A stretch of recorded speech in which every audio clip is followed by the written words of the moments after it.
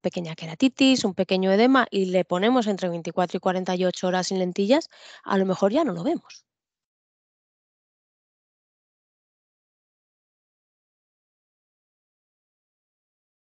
¿De acuerdo? Entonces, bueno, pues tenemos que de alguna manera eh, analizar el paciente. ¿De acuerdo? Mm, lo ideal, como me habéis puesto todos en el chat, entre 24 y 48 horas sin la lente de contacto, pero habrá veces que no podremos hacerlo y tendremos que eh, tenerlo en cuenta. ¿Cuánto tiempo recomiendo sin la lente de contacto? Pues como han dicho los compañeros, entre 24 y 48 horas. Pero como os digo, a veces no es posible. Bueno, exploración inicial. ¿De acuerdo? Vos me dices que 24 horas. Perfecto. A ver, tenéis que tener en cuenta que no todas las lentes tienen el mismo comportamiento, no es lo mismo una lente permeable que una lente blanda, em, pero cuidado con las lentes blandas, que con las lentes blandas también podemos tener moldeo. Y ya precisamente por esa situación, en la sesión de la topografía os puse un caso de moldeo corneal para que pudierais identificar muy bien cuándo existe ese moldeo. Así que, dentro de los protocolos, pues siempre tendremos que tener en cuenta las características que tiene cada uno de nuestros pacientes. Vamos con la exploración inicial. Biomicroscopía. No me voy a detener. Ya tuvimos una sesión entera la semana pasada, pero recordad la salud general de los ojos de nuestro paciente, realizar siempre 3 veces antes de sentar la lente de contacto, durante el uso de la lente y después de retirarla, los párpados, la lágrima, la calidad, la cantidad, los patrones lagrimales, el TSOSD, etcétera, etcétera. ¿De acuerdo? Después, bueno, pues después de esa biomicroscopía, una refracción actualizada. Y lo pongo así, refracción actualizada, porque a veces me encuentro que me mandáis graduaciones que a lo mejor tienen 6 meses o un año. Y es mejor utilizar una refracción actualizada. Sobre todo si estamos hablando de pacientes présbitas. En pacientes présbitas hay una ley casi no escrita que todos tenemos que seguir, que es máximo positivo en lejos, mínima adición. Y a lo mejor la refracción que utilizamos para lente de contacto multifocal y para gafa puede ser que no sea la misma. Así que cuidado con estas refracciones, siempre intentar una refracción actualizada. Diámetro corneal. Lo vimos también la semana pasada, pero recordad, aquellos que tenéis topógrafo, no os fiéis de este dato que aparece aquí. Todos los topógrafos, o prácticamente todos, tienen la posibilidad de, con el caliper, medir este diámetro. Yo siempre os recomiendo que lo midáis en oblicuo, porque ya sabéis que entre el horizontal y el vertical hay una diferencia, y siempre desde donde, entre comillas, se empieza a perder el color, pero no hasta el blanco del todo. Aquellos que no tengáis topógrafo, bueno, pues ya sabéis, con la regla. Lo vimos la semana pasada, además os decía, si utilizáis la lámpara de hendidura podéis poner una regla transparente. Queratometría, topografía, ya sabéis, si tenemos el topógrafo podemos utilizar también el valor de la excentricidad, lo vimos en la sesión 4, y el diámetro de la pupila. Si tenemos pupilómetro, estupendo. Si no tenemos pupilómetro, bueno, pues podemos medir el diámetro de la pupila del paciente en condiciones habituales o podemos medirlo, esa pupila lo reactiva que es. Es decir, qué sucede con una pupila con baja iluminación o con alta iluminación, porque muchas veces los problemas no es tanto el tamaño de la pupila, sino esa diferencia de tamaño que varía con las diferentes condiciones de iluminación. Si tenemos un paciente que con mucha iluminación tiene una pupila muy pequeña y cuando disminuye esa cantidad de luz la pupila es mucho más grande, seguramente nos dé más dolores de cabeza a la hora de adaptar, por ejemplo, una multifocal. No es el caso de esta sesión hablar de multifocales. Ya sabéis que tenemos un curso de 8 sesiones que me consta que alguno de los que estáis también lo habéis hecho, hablando de las adaptaciones de los pacientes présbitas, pero sí que os quería poner aquí un pequeño recordatorio de las diferentes zonas ópticas que tienen las lentes de contacto de Markenove. Si hablamos de Blue Gene y de Saphir, son lentes que no tienen diseño de miosis senil. ¿Eso qué implica? Pues que las adiciones de 1 y de 4 tienen las mismas zonas ópticas. Y es una lente de contacto que, si os fijáis, tanto en el diseño CD como en el diseño CN, tienen una zona intermedia muy grande, con lo cual van a ser lentes perfectas para aquellos pacientes usuarios de ordenador. Y es que recordad que el usuario de ordenador no está trabajando en una visión cercana, es una intermedia. ¿De acuerdo? Luego tendríamos la Gentle 59, que es una lente muy balanceada en todas sus zonas ópticas. Aquí veis que está perfectamente tanto en lejos como en intermedia como en cerca. Y es una lente que tiene un leve diseño de miosis senil. ¿Eso qué quiere decir? Que la adición 1 y la adición 4, pues tienen una pequeña diferencia. Ya sabéis que cuando los pacientes tienen más edad, los diámetros de la pupila disminuyen, con lo cual, si comparamos eso con las adiciones, podemos de alguna manera hacer un paralelismo entre que adiciones más pequeñas son pacientes más jóvenes y adiciones más altas son pacientes de más edad con pupila más pequeña. Así que la Gentle 59 es una lente muy balanceada en todas las distancias. Nos quedaría Gentle 80. Gentle 80 es una lente que tiene un diseño de miosis senil más acusado. ¿Eso qué quiere decir? Que hay una diferencia entre las adiciones 1 y las adiciones 4 en cuanto a lo que es las zonas ópticas. ¿Dónde va a ser crítico? Pues evidentemente en la zona intermedia. Veis que Gentle 80 es una lente que tiene una zona intermedia más escasa, y para que no se os olvide nunca lo podéis comparar con un progresivo de pasillo estrecho. En un progresivo oftálmico de pasillo estrecho, ¿qué modificáis? ¿Qué se ve comprometido? Pues la zona intermedia. Algo parecido a lo que nos pasa con esta lente de zonas ópticas tan ajustadas en pupilas muy pequeñas. ¿De acuerdo? Entonces, bueno, pues simplemente para que lo tuvierais en mente, aquí os he puesto las zonas ópticas. Mm, Dominancias oculares. ¿Qué dominancias tomáis? Venga, contestadme a través del chat. ¿Qué dominancias oculares soléis tomar?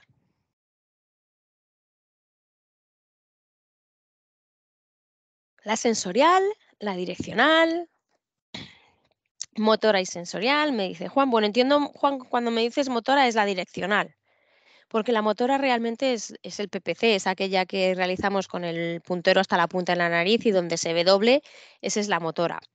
Entiendo que cuando me habláis de motora es la direccional. Bueno, Jerónimo hace las tres, muy bien.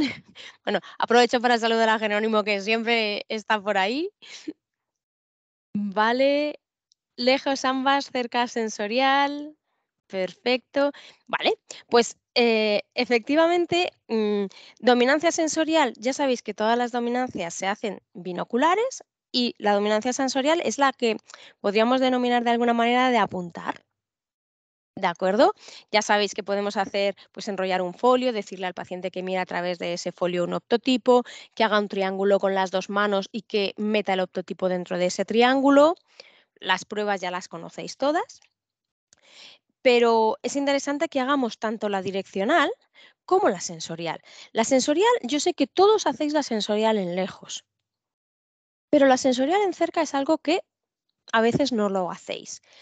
¿Es imprescindible? No, ni mucho menos, pero que hemos dicho al principio de esta sesión, que cuanta más información tengamos, mejor vamos a elegir la lente de contacto, y de eso se trata. Así que la sensorial de lejos, ya la conocéis. Prescripción que nos dé la máxima agudeza visual, ponemos un test que nuestro paciente lo vea aunque le cueste un poquito, y de manera binocular ponemos una lente de +1,50 o de +2. En el ojo que más le moleste esa lente es el dominante sensorial en lejos.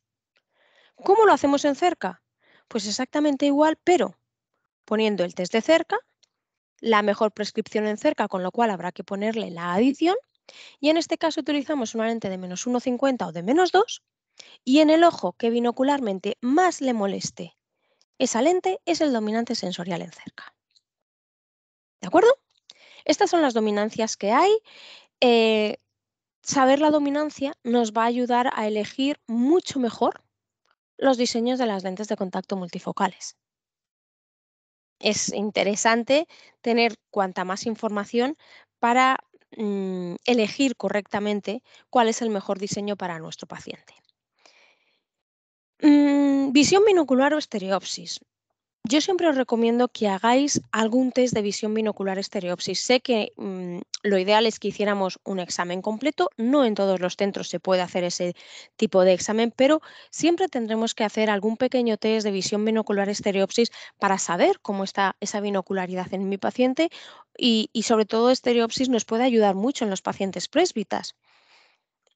Ya sabéis que con las lentes de contacto multifocales diseños CD y CN se puede perder esa binocularidad y donde vais a ver reflejado esa pérdida es pues a lo mejor en una pérdida de estereopsis, con lo cual comparar la estereopsis con gafas y con lente de contacto nos puede ayudar a entender qué le está pasando al paciente. Podemos hacer, no sé, si queréis a través del chat comentar qué test usáis vosotros para evaluar de una manera rápida la visión binocular. Yo creo que pues, podríamos utilizar el cover test. Una prueba que a mí me gusta mucho son los flippers, tanto monoculares como binoculares, porque de una manera muy rápida pues, estoy evaluando tanto vergencias como acomodación. No sé, ya os digo que si alguno tiene algún test que diga yo este siempre le hago y lo quiere compartir, tenéis el chat para poder hacerlo. Y luego, evidentemente, cualquier tipo de prueba que consideremos oportuno. Aquí, ¿qué va a pasar? Pues que depende mucho de la aparatología que tengamos en nuestro centro. Vamos a poder hacer más o menos pruebas. Y también es cierto que no tenemos que, no sé, no tenemos que hacer todas las pruebas a todos los pacientes, porque algunos necesitarán más pruebas que otros. Por cierto, una pregunta que os voy a hacer. ¿Todos explicáis a vuestros pacientes para qué es cada prueba que le estáis haciendo? Jerónimo nos dice que está incorporando sensibilidad al contraste. Es algo muy interesante, sobre todo en pacientes présbitas. Vale, algunos me decís que sí, otros me decís, Juan me dice que no suele explicarlo, que según el paciente, me dice Mónica. Bueno, yo os recomiendo que expliquéis lo que estáis haciendo. No quiero decir que le tengáis que explicar el fundamento físico del test que le estáis haciendo, pero sí explicádselo. ¿Por qué? Porque, por un lado, van a valorar mucho más vuestro trabajo. Otras veces, como dice Juan, dice, solo me dicen si nunca se la han hecho. Bueno, pero a lo mejor tú la haces mejor. O le explicas más cosas que le han explicado en otro sitio. Es muy importante, por ejemplo, que cuando hagáis una topografía le digáis al paciente, no te preocupes, no te va a doler, no te voy a tocar el ojo, pero es muy importante que estés quieto. Lo que voy a valorar con esta prueba es pues, la forma que tiene tu córnea, eh, una graduación que luego vamos a tener que comprobar. Pero es muy importante que ellos valoren lo que le estáis haciendo y que se sientan seguros. Si vosotros les ponéis, le decís, pon la barbilla aquí y aquí la frente y no le explicáis qué vais a hacer, el paciente va a estar incómodo, sobre todo si no se lo han hecho antes, como decía Juan. Va a estar inquieto y va a colaborar mucho menos. ¿De acuerdo? Entonces, pensad que muchos de los pacientes que van eh, tienen un problema y tenemos que explicarles que entendemos su problema y que vamos a hacer todo lo posible para solucionarlo. Van a valorar más nuestra profesión. Vamos a generar una confianza muy importante. Vamos a fidelizar, vamos a crear un vínculo. Le damos pie a que haga preguntas y que, aunque miren Internet, que sabemos que todos van a mirar en Internet, cuando hay algo en Internet que no les cuadre, nos lo pregunten. ¿De acuerdo? Entonces, yo os recomiendo que siempre expliquéis las pruebas que vais a hacer, porque es una manera también de que el paciente valore todo lo que estamos midiendo.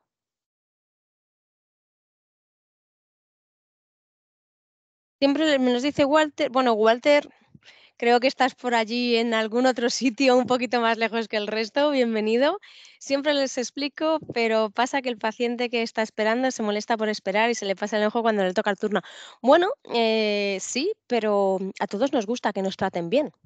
Ahí está un poquito, pues lo que yo os decía antes, que a veces siempre vamos un poco apurados de tiempo, pero aquí lo que te recomiendo, Walter, es que ese tiempo que está esperando, tú lo utilices para que ellos rellenen cosas, que te hagan el test OSDI, que te escriban en la anamnesis, por ejemplo, por qué vienen al centro, de tal manera que, que puedes de alguna manera entretenerles.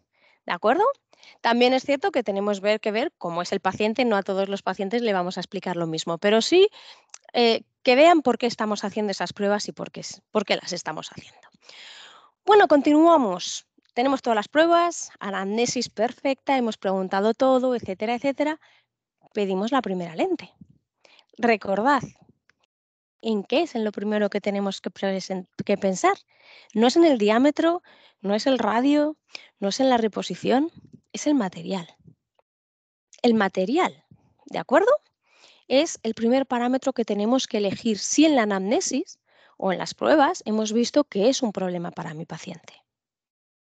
Después, a partir de ahí, ya sabéis, ¿qué parámetros necesito para poder fabricar la lente de contacto?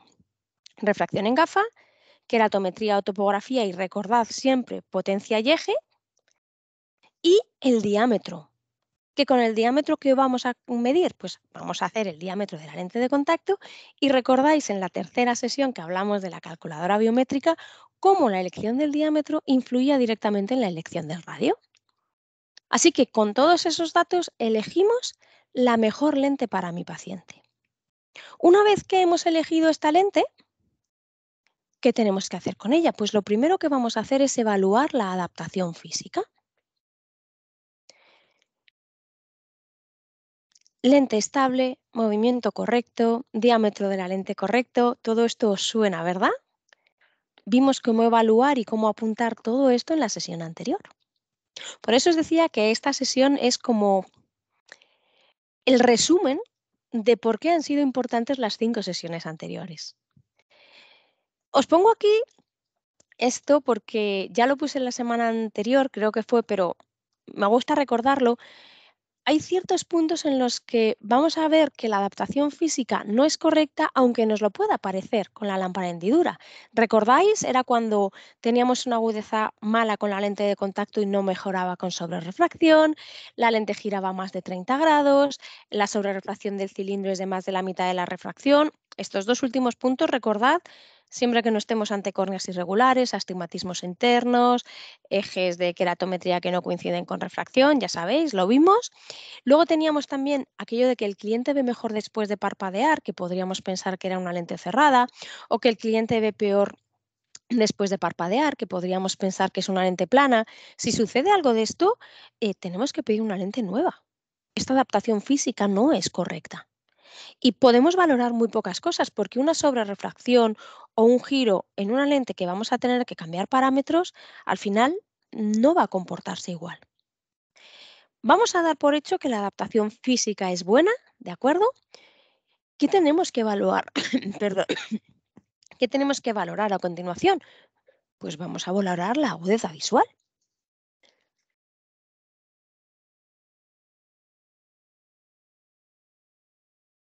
Antes de pasar a valorar la agudeza visual, os voy a poner estas imágenes porque es algo que siempre me gusta poner. Lo iba a haber dejado para la última sesión, pero bueno, creo que mm, es interesante que lo pongamos aquí en la revisión de la primera lente y yo creo que algunos de vosotros esta imagen ya la conocéis. Y es que quiero que me digáis cuántas veces encontráis lentes adaptadas como esta imagen que tenéis aquí.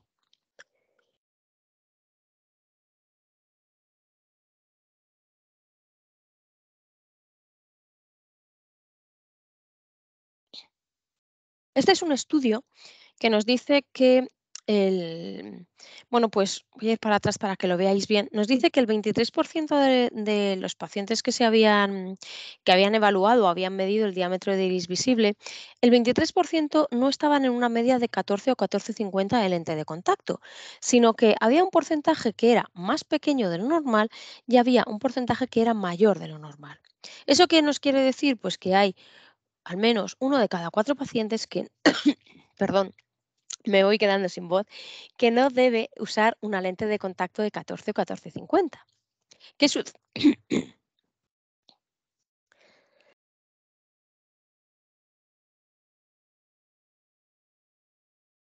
¿Qué sucede cuando tenemos un paciente con un diámetro corneal pequeño y le ponemos una lente así?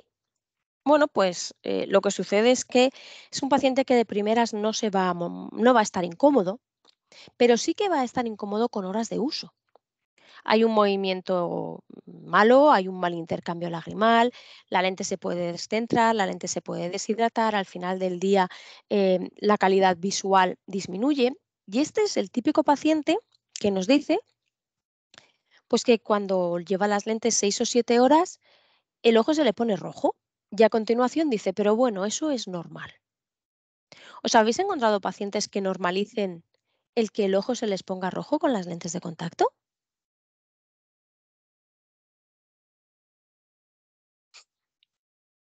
Sí, me estáis diciendo a través del chat. Bastantes, ¿verdad? Pues no tendrían por qué normalizarlo. ¿Qué sucede? Que hay muchos pacientes que llevan estas adaptaciones que veis en pantalla. Y esto, por un mal intercambio lagrimal, una lente deshidratada, etcétera, etcétera, puede dar lugar a un ojo rojo con horas de porte. Claro, luego pues estos son los típicos pacientes que al final desechan el uso de lentes de contacto, cada vez van poniéndolas menos y al final llega un momento en que dicen no las puedo llegar. Y no es un problema de la lente de contacto en sí, es un problema de que la lente no está adaptada correctamente. ¿Habrá situaciones en las que el ojo rojo aparezca? Pues por supuesto que sí, pero no de una manera normalizada. Si, yo qué sé, te pasas muchas horas delante del ordenador, pues a lo mejor si tienes una frecuencia de parpadeo escasa y ya de por sí con el monitor disminuye más, pues a lo mejor habrá que echar una lágrima artificial. Pero no debemos normalizar que los pacientes tengan el ojo rojo. Luego también nos encontramos en el lado contrario, este tipo de adaptaciones. ¿Os encontráis esto tan a menudo como lo anterior? Yo he de deciros que de la foto de la izquierda me encuentro bastantes. De la foto de la derecha me encuentro muy pocas. Pero es evidente por qué, porque aquí al paciente según se pone la lente le molesta. Si es que ya le está rozando aquí el limbo. ¿Qué sucede? Pues que si le molesta no se la va a llevar. Con lo cual, esto nos lo podemos encontrar a veces, pero no suele ser lo habitual. ¿Por qué? Porque el paciente está incómodo desde el principio. Por supuesto, poca cobertura, problemas visuales desde el principio relacionados con la inestabilidad, con el centrado. Entonces, lo que en la parte de la izquierda pasa con las horas, en la de la derecha pasa inmediatamente. Bueno, dicho esto, continuamos con nuestro protocolo.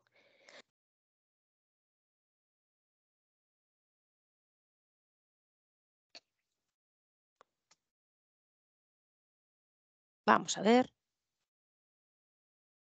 Bueno, pues ya hemos visto que la adaptación física es buena. ¿Qué tenemos que hacer ahora? Pues evaluar la agudeza visual. Vamos a evaluar la agudeza visual que tiene nuestro paciente. ¿Y cómo lo vamos a evaluar? Bueno, pues recordad siempre que tenemos que apuntar la agudeza visual que tiene nuestro paciente con la lente de contacto, monocular y binocular. Recordáis que hablábamos la semana pasada y la anterior de la importancia de tener tres agudezas visuales, que es la agudeza visual con la gafa, la agudeza visual con la lente de contacto y la agudeza visual con la sobrerefracción sobre la lente de contacto, porque tenemos que comparar esas tres agudezas visuales. Si esta agudeza visual es la adecuada, es correcta, pues se acabó la adaptación. Aquí ya hemos acabado nuestro trabajo.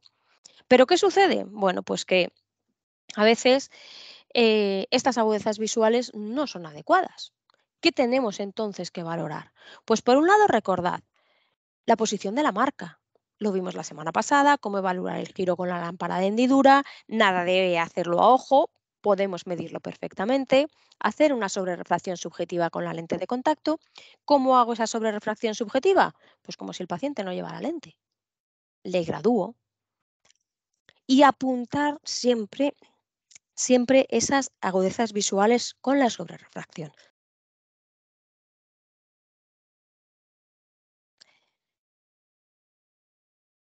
¿Cómo valoramos esa cantidad de giro? Bueno, pues recordáis, ¿verdad?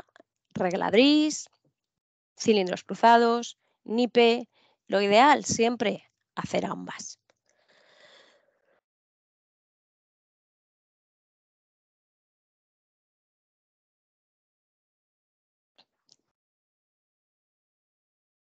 A la hora de apuntarlo, lo vimos la semana pasada, a la derecha, a la izquierda, en la sal temporal, como vosotros queráis, pero lo interesante aquí con esta sobrerefracción es, por un lado, que nos tenemos que asegurar que la lente es estable, que la adaptación física es óptima, ver los grados con la lámpara de hendidura y luego comprobar la sobrerefracción. Me da igual con cilindros cruzados que con el NIPE. Pues pongo una diapositiva a modo de recordatorio, no me voy a detener en ella, pero recordad que es la manera de medir exactamente el giro de la lente de contacto.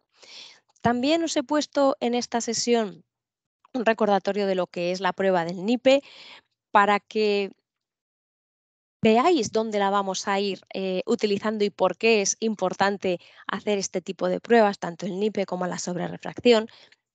Recordáis que en el NIPE teníamos esa regla mnemotécnica negativo interior en el que poníamos una lente con el mismo cilindro y el mismo signo y el mismo eje que el paciente lleva en la lente de contacto por la cara interna de la gafa de pruebas.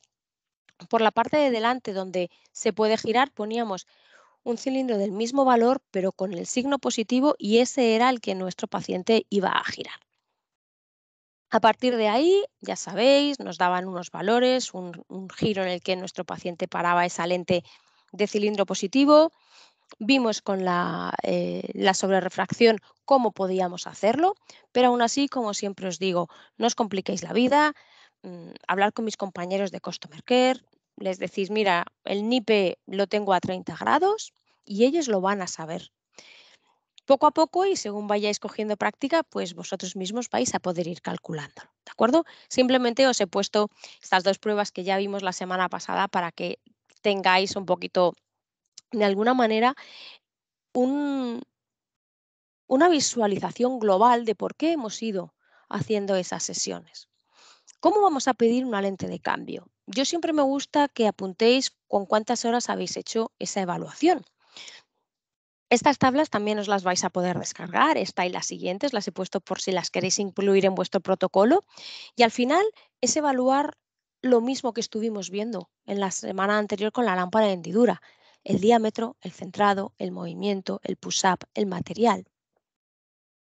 Esta adaptación física es el motivo por el que hago el cambio de la lente. Pues si es el motivo, algo de esto que hay en pantalla debe ser inadecuado. Podemos encontrar una adaptación física correcta, entonces el motivo del cambio no es la adaptación física, será la agudeza visual. ¿Qué tengo que hacer yo con esta agudeza visual? Pues agudeza visual con la lente de contacto monocular y binocular, evaluar el giro, posición de la marca y la cantidad del giro, hacer esa sobrerefracción y apuntar la agudeza visual con esa sobrerefracción. Con todos estos datos se puede hacer el cambio perfecto de una lente de contacto y os aseguro que si lo hacéis bien prácticamente vais a tener la adaptación finalizada. Nos quedaría, y esta diapositiva también la vimos la semana pasada, las sensaciones del paciente. A la hora de pedir el cambio, valorar las sensaciones del paciente porque a lo mejor pues tiene una mala manipulación con ese material y decís, bueno, pues voy a ver si encuentro otro que tenga un módulo de elasticidad mayor y este es más cómodo. O resulta que la agudeza visual es buena, pero la inestabilidad es muy mala. Recordáis que os decía, bueno, pues a lo mejor la agudeza visual es muy buena cuando la lente está en su sitio, pero el paciente dice, es que cuando se me queda en el sitio ve fenomenal, pero es que se me mueve. Y recordad siempre que si es un paciente présbita, tenemos que evaluar igual que en lejos en visión próxima. Hemos hecho la anamnesis, hemos tomado los datos iniciales, hemos calculado la lente, hemos analizado la lente, hemos visto cómo tenemos que hacer los cambios. ¿Y qué hacemos cuando nos llega la lente? Bueno, pues cuando nos llega esa lente de cambio, lo único que tenemos que hacer es volver a nuestro punto número 2. Evaluar adaptación física, evaluar agudeza visual, evaluar sobre refracción, evaluar el giro de la lente. Veis que al final de lo que se trata es de hacer una muy buena toma de datos de salud visual para poder elegir perfectamente esa lente, analizar la lente y si tenemos que hacer algún cambio, hacerlo y volver a analizar el comportamiento de la lente.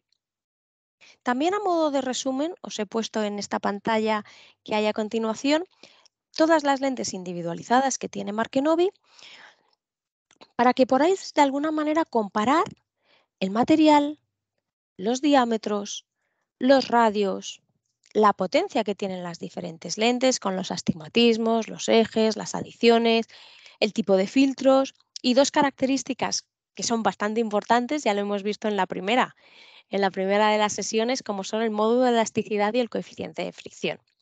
Y también recordaos que todas nuestras lentes se fabrican bajo pedido. Cualquier graduación, entre 2 y 5 días laborables lo vais a tener en vuestro centro. Me da lo mismo que me pidáis una miopía de -2 que un astigmatismo de -8. Y si en algún momento tenéis alguna graduación que no entra dentro de los parámetros que tenéis en las fichas, llamadnos y preguntar, porque hemos hecho mayores graduaciones de las que aparecen para casos puntuales, así que también se puede valorar. Bueno, y me queda una última diapositiva y esta última diapositiva realmente viene a resumir todas las sesiones que llevamos hasta ahora. Esta diapositiva yo creo que es la clave de por qué llevamos 6 días, contando el de hoy, eh, hablando de todas las pruebas y todo lo que tenemos que tener en cuenta de las lentes de contacto. Una exploración inicial. Anamnesis. Dentro de la anamnesis, las necesidades del paciente, si es o no usuario de lente de contacto. Aquí podríamos incluso pues, hablar de, dentro de esa anamnesis podríamos haber puesto lo de la medicación. Creo que para las siguientes sesiones voy a incluir aquí la medicación. Salud ocular, el TESOSDI, la lámpara de hendidura y los datos.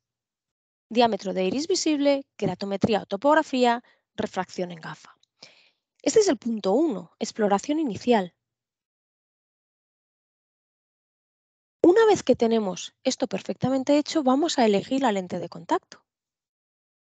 ¿Cómo vamos a elegir esa lente de contacto? Pues recordáis, material, toda una sesión, la número 1, dedicada a los materiales de las lentes de contacto.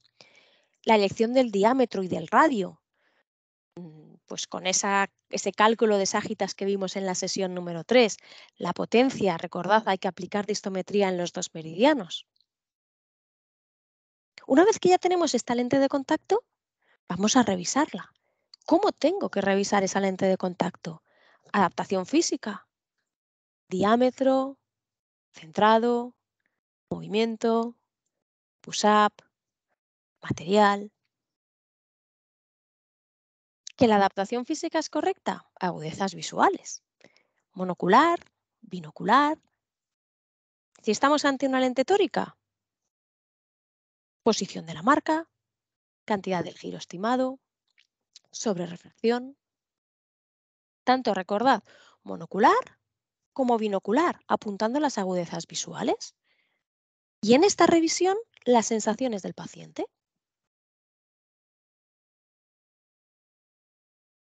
¿Cuál sería nuestro cuarto paso? Bueno, pues si hay algún problema en esta revisión de la lente de contacto, ya bien sea por adaptación física o ya bien sea porque las agudezas visuales no son las correctas, deberemos pedir una lente de cambio. Ese es nuestro punto número 4. ¿Cuál es el punto número 5? Pues cuando nos llegue esa lente de cambio, realizar la revisión de esa segunda lente. Como veis ahora mismo en pantalla, tenéis un resumen de las 6 sesiones que hemos dado hasta ahora, y es que todo lo que hemos ido viendo nos ha llevado a este punto. Al final, todos los datos que estamos tomando, todas las preguntas que estamos haciendo a nuestros pacientes, no es otra cosa que todo está encaminado para elegir la mejor lente del paciente y saber analizar correctamente esa lente, saber pues discernir el motivo por el que no le funciona y una vez que vemos cuál es el motivo, saber dar solución y realizar los cambios correctos. Yo con esto he terminado la sesión de hoy. Creo que tengo alguna pregunta que me he dejado sin contestar. Voy a ir viéndola. Amparo me dice que no ha podido ver la sesión 5 de la semana pasada. ¿Cómo puedo verla? Amparo, te voy a poner en el chat el acceso a todas las sesiones que hay grabadas hasta ahora, ¿de acuerdo? En este chat en este link que te he puesto, que te acabo de poner en el chat, puedes ver todas las sesiones grabadas desde la 1 hasta la 5. Vamos a ver qué más preguntas tengo por aquí, que creo que alguna. Si la adaptación física ya no la vemos bien, ¿debemos parar ahí o seguimos viendo giro y agudeza visual? A ver, si la adaptación física no es buena, el problema que vas a tener es que la lente puede girar, estar posicionada en un sitio que no es el correcto, pero que cuando tú modifiques ese diámetro o ese radio, la lente se te pueda posicionar en otro sitio. Entonces, si quieres valorar agudezas visuales o quieres valorar el giro simplemente por tenerlo en cuenta, pero realmente no vas a poder hacer ningún cambio basado ni en el giro ni en las agudezas visuales. Lo tendrías que hacer basado en esa mala adaptación física y el motivo por el que tengas esa mala adaptación física. Lo digo porque estoy adaptando una edoptórica multifocal con astigmatismo oblicuo que le queda un poco descentrada hacia arriba y tiene un poco de giro. Y cuando le hago NIPE mejora mucho la agudeza visual, pero no sé si le corrijo el centrado, mejoraría el giro de la lente o no. Vale. ¿Recordáis que en la sesión, yo creo que fue en la anterior, os ponía alguna adaptación en la que os decía, a veces las lentes ligeramente descentradas no podemos modificarlas? Bien porque tengamos un párpado muy tenso, bien porque tengamos una diferencia entre la esclera nasal y la temporal, por la propia fisiología que tenga el paciente. Ahí lo que tienes que valorar es, ¿ese descentramiento es incómodo para el paciente o tiene una buena cobertura? Otra de las cosas que puedes hacer es, si tienes topógrafo, que no sé si tienes el topógrafo, puedes hacer una topografía encima de la lente para ver si el centrado de la lente es correcto, porque a lo mejor esa sobrerefracción no es tal, sino que viene dada por el descentramiento de la lente. Si el descentramiento de la lente no lo puedes evitar, yo pues evaluaría el giro y vería a ver si girando la lente mejora esa agudeza visual. Por lo que te digo, a veces esos pequeños descentramientos no los vamos a poder subsanar. Otra cosa es que ese descentramiento no sea susceptible de quedarse así y entonces, bueno, pues tendríamos que valorarlo. Aquí también tienes que evaluar si ese descentramiento viene dado porque tengas astigmatismo interno, porque me dices que es un astigmatismo oblicuo, a lo mejor tenemos cierta cantidad de astigmatismo interno, a lo mejor también el astigmatismo, ese astigmatismo oblicuo no coincide el eje corneal con el eje de la refracción y todo eso puede hacer que la lente esté un poquito descentrada. ¿Vale? Entonces, yo creo que aquí lo que podrías valorar, Mari Carmen, es, por un lado, si ese descentramiento puedes trabajar con él, hacerle una topografía encima de la lente para mejorar, para valorar si tienes ese centrado correcto. Y en caso de que todo eso lo des por bueno, prueba hacer esa sobrerefracción. Recuerda de todas formas que cuando la lente está girada y tú haces una sobrerefracción, se va a quedar o debería quedarse posicionada más o menos en el mismo sitio. No sé, Mari Carmen, si te he contestado a la pregunta, pero yo creo que eso es lo que yo haría con este tipo de paciente. Pilar, hola Mar, voy siempre conduciendo. ¿Las grabaciones hasta cuándo las tenemos disponibles? Bueno, pues en principio vamos a dejar disponibles por lo menos, yo creo que, no os quiero decir un plazo, pero 3, 4 meses yo creo que tranquilamente las vais a tener disponibles, ¿de acuerdo? Recordad, no obstante, que para que os lleguen las acreditaciones de todas las sesiones tenéis que hacer el test y para que os llegue el diploma final de todas las horas, de estas 8 horas y medias, tenéis que haber cumplimentado todos los tests. Vale, vale, me dice Mari Carmen que sí, que consulta solucionada. Vamos a ver si tengo alguna más. Vale, córneas grandes. Vale. Bueno, pues yo creo que no me he dejado ninguna pregunta. Si hay alguna pregunta que no os haya contestado y me la queréis repetir, a ver.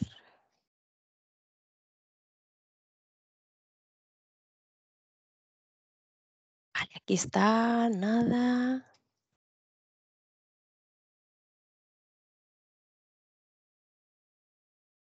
Vale, gracias Laura por lo del curso de multifocales, os gustó.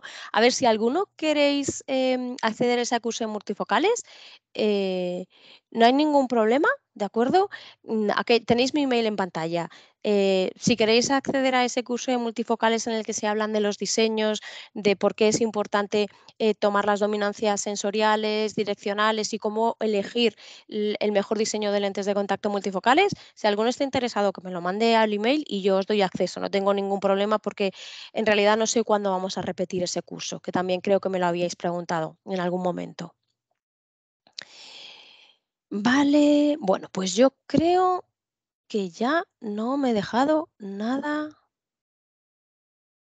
A disfrutar del día 8 de marzo. Bueno, sí, todos los días son 8 de marzo, eso es cierto. Vale. En realidad los PDFs, Pilar, no los compartimos. Lo que tenéis es acceso a las grabaciones. Si alguno necesita alguna diapositiva en concreto, lo mismo que os acabo de decir de las sesiones de las multifocales, enviadme un email que yo no tengo ningún problema en enviároslo. ¿Cómo acceden a las preguntas de este webinar? Es el test.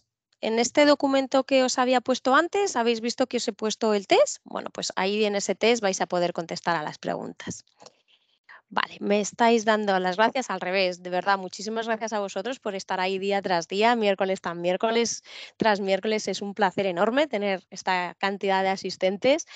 Y nada, como siempre os digo, muchísimas gracias, que paséis muy buena tarde.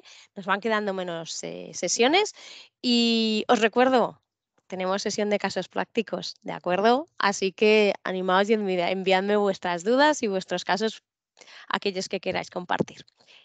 Muchísimas gracias y nos vemos en la siguiente. Que paséis muy buena tarde y hasta la próxima. Chao.